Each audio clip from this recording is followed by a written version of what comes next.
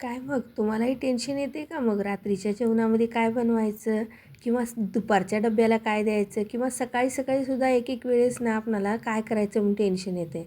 तर मग हा पुलाव तुमच्यासाठी नक्की बनवा. हा मटारची सुगी आलेली आहे, मस्तपैकी मटार आणलेला असतात घरामध्ये.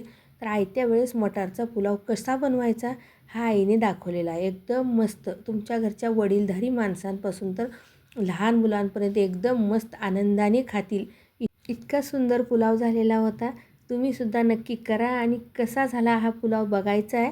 तर चला मग बघूया आईचा हा व्हिडिओ. आणि जर व्हिडिओ तुम्हाला जरासाही आवडला तर एक लाईक, शेअर आणि सबस्क्राईब नक्की करा जाता जाता.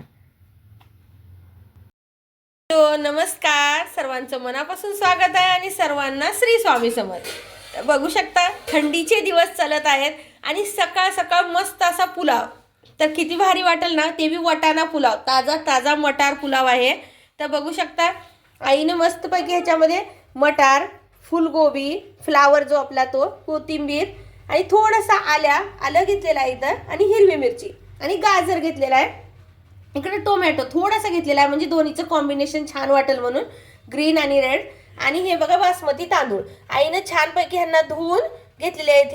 हे बघा अशी कोरडी ठेवलेले आहेत, धुवून घेतलेले आहेत ते तांदूळ. आहे आपला मसाल्याचा डब्बा आणि इकडे गोडा मसाला घेतलेला आहे. थोडंसं कोणताही घ्या, ठेवणीतलं घ्या, विकतचं घ्या, कोणतंही घ्या, तसं काही नसते.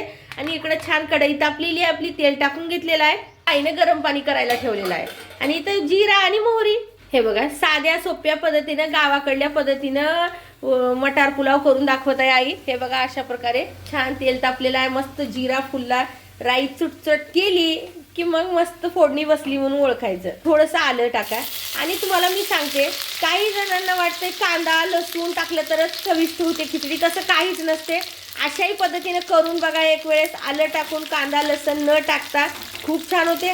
आणि आता मार्गशीर्ष महिन्याचे उद्यापन येत आहे, उद्याच गुरुवार आहे, तर त्यामुळे उद्या परवा दिवशी गुरुवार आहे, तर त्यामुळे काय करू शकता तुम्ही, असा पुलाव, थोडंसं सोबतीला वरण आणि एक गोड काहीतरी खीर शिरा केलं ना, मस्त उद्यापनाला करायला तुम्हाला सोपं पडेल.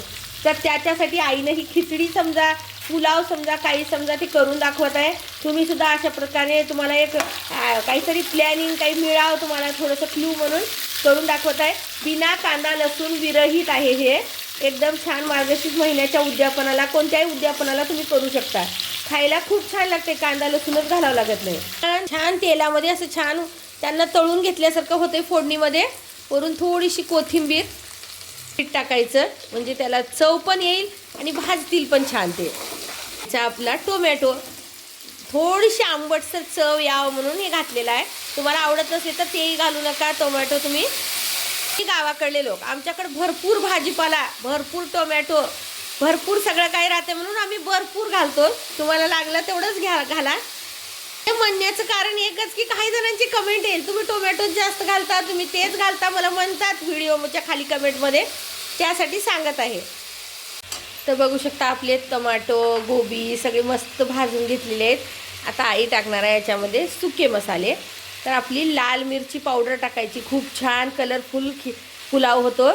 म्हणजे बेडकी मिरची आहे, हिरवी मिरची थोडी टाकलेली आहे, लहान मुलं आवडीनं खातील म्हणून. जास्त हिरवी मिरची टाकलेली नाही, म्हणजे वेचून खाऊ शकतात ते. आता टाकायचं आपला ह्या वाटाणा, जे मेन इन्ग्रेडियंट आहे आपलं, ते जे जास्त फोडणीत टाकचाल ना तर ते फुटून जातील म्हणून अशा प्रकारे टाकलेला आहे वाटाणा. ही कॉम्बिनेशन ग्रीन रेड मस्तपैकी फुलगोबी अशी भाजीसुद्धा आपण खाऊ शकतो, खूप छान लागते. आणि कधी दाखवेन मी त्याला, ती भाजीसुद्धा खूप छान लागते. आता आपला टाकूया गोडा मसाला. तर बघू शकता मस्त टाका गोडा मसाला, हा तिखट राहत नाही, एकदम खमंग छान लागते. मी काही घाला पण गोडा मसाला घाला, खूप छान लागते. बघा काही काही वाटाणे आणखी फुटत आहेत. टाकून घ्यायचं आपण, गरम गरम पाणी टाकून घ्यायचं याच्यामध्ये. मस्त बघा तुम्ही सगळं मसाल्याची चव त्या सगळ्या भाजींमध्ये उतरलेली आहे. आणि हे बघा असं छान गरम गरम पाणी. आणि तुम्हाला मी सांगते, आईनं ही कढईत करत आहे म्हणून 2 वाट्या तांदळाला 4 वाट्या पाणी ठेवलेलं आहे. बघू शकता तुम्ही, जर तुम्ही कुकरमध्ये करत असाल तर 2 वाट्या तांदळाला 3च वाट्या पाणी ठेवा. ओतल्याबरोबर किती लवकर त्याला उकळी आली बघू शकता तुम्ही. तर असं करायचं, इकडे गरम पाणी, आणि गरम पाण्याची चव खूप छान लागते खिचडीला. आणि हे बघा वधू तांदूळ आता टाकून द्यायचं आपले. बस 1-2 सेकंद पापणी झाकून उघडतो पण आपल्या खिचडी होऊन जाते. खूप लवकर कोणी पाहुणे आले तरी करायला खूप छान. हे बघा मस्त मटार पुलाव. आता आपलं तांदूळ टाकून घेतलेले आहेत. खायचं आपल्या चवीनुसार मीठ, जेवढं लागते तेवढं मीठ टाकून घ्यायचं.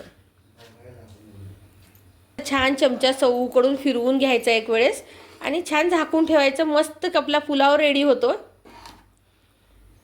आई मध्ये मध्ये खूप वेळेस झाकण उघडून मग त्याला मग चमचा फिरवून घेतलेली आहे. आणि बघू शकता किती सुंदर मस्त बासमतीचा पुलाव झालेला आहे आपला. आणि वरून कोथिंबीर टाकून घेतलेली आहे ना आणखी. एकदम मस्त असं तूप घरचं बनवलेलं घालत आहे. हे बघा असं छान, हे बघा असं छान रवाळ तूप आहे. थोडंसं तूप कधीही तुम्हाला सांगते मी, हे काही स्किप करू नका. खिचडी करत आली की लास्टला तूप मात्र हे नक्की टाकायचंच. हे बघू शकता छान असं त्याचं एक ना एक शीत किती सुंदर झालेला आहे. तुटू देण्यासारखं आईनं त्याला हळुवारपणाने चमचा फिरवून घेतलेला आहे. बघू शकता तुम्ही. असंच फिरवा आणि एकदम मस्त सुवास तर इतकं छान येत आहे ना. तर तुम्हीसुद्धा असा पुलाव करा, खा आणि कसा झाला होता ते मला नक्की सांगा. व्हिडिओ आवडला तर लाईक करा, शेअर करा आणि सबस्क्राईबसुद्धा करा. धन्यवाद. श्री स्वामी समर्थ.